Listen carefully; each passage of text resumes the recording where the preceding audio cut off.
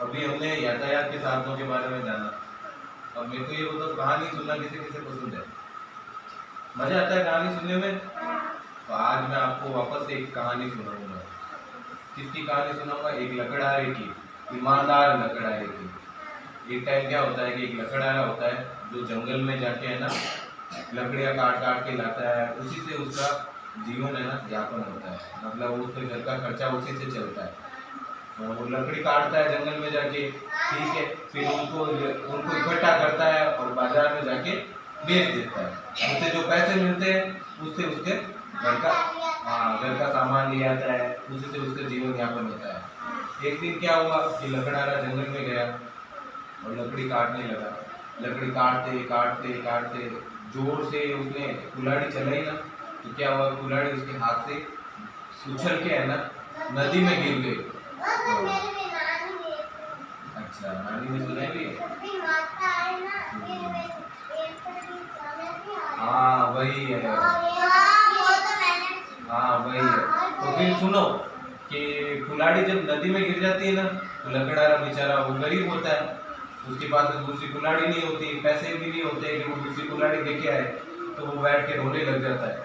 जब वो रोने लगता है तो क्या होता है कि नदी के देवता होते हैं ना, नदी के देवता को जब उसकी आवाज़ सुनाई देती है तो वो नदी से प्रकट होते हैं और पूछते हैं कि तू क्यों रो रहा है भाई। तो वो उसे सच्ची सच्ची बात बता देता है कि मेरी कुल्हाड़ी गिर गई, मैं बहुत गरीब आदमी हूँ, अब मेरे पास में दूसरी कुल्हाड़ी लाने के लिए पैसे नहीं है, अब मैं मेरी जिंदगी कैसे गुजारूंगा, कुल्हाड़ी के बिना कैसे लकड़ी काटूंगा। तो नदी के देवता को है ना दया आ जाती है, वो कहते हैं ठीक है, मैं तुझे है ना कुल्हाड़ी ला के देता हूँ। नदी के देवता क्या करते हैं, नदी में है ना डुबकी लगाते हैं और एक सोने की कुल्हाड़ी लेके आते हैं। उसको देखते हैं कि ये देख, ये तेरी कुल्हाड़ी है, ये ले ले। तो वो बोलता है ये मेरी कुल्हाड़ी नहीं है, मेरी सोने की कुल्हाड़ी नहीं थी। तो नदी के देवता वापस नदी में डुबकी लगाते हैं और एक चांदी की कुल्हाड़ी लेके आते हैं और उसको बोलते हैं कि ये तेरी कुल्हाड़ी है। तो वो बोलता है कि नहीं, ये भी मेरी कुल्हाड़ी नहीं है, मेरी कुल्हाड़ी तो लोहे की थी।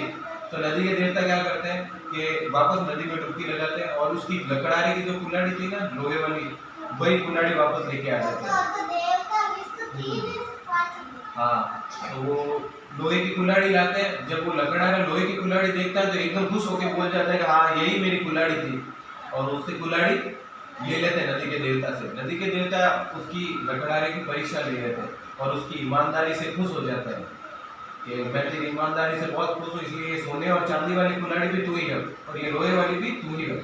तो बच्चों है ना, देखो कि उसने ईमानदारी बताई तो उसको इनाम मिला। अगर वो झूठा ही झूठा बोल देता कि नहीं सोने वाली मेरी है, तो नदी के देवता उससे खुश होते क्या? नहीं होते ना। इस कहानी से अपन को क्या शिक्षा मिलती है कि हमेशा अपन को ईमानदार रहना चाहिए, बेईमानी नहीं करनी चाहिए।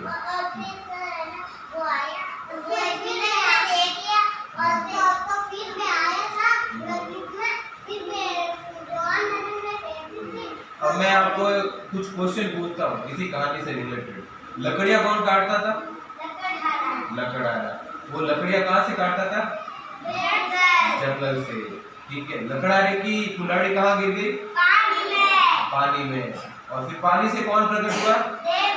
नदी के देवता। नदी के देवता ने सबसे पहले कौन सी कुल्हाड़ी लाके दी उसे? और उसके बाद में कौन सी कुल्हाड़ी? और सबसे एंड में कौन सी कुल्हाड़ी लाके दी?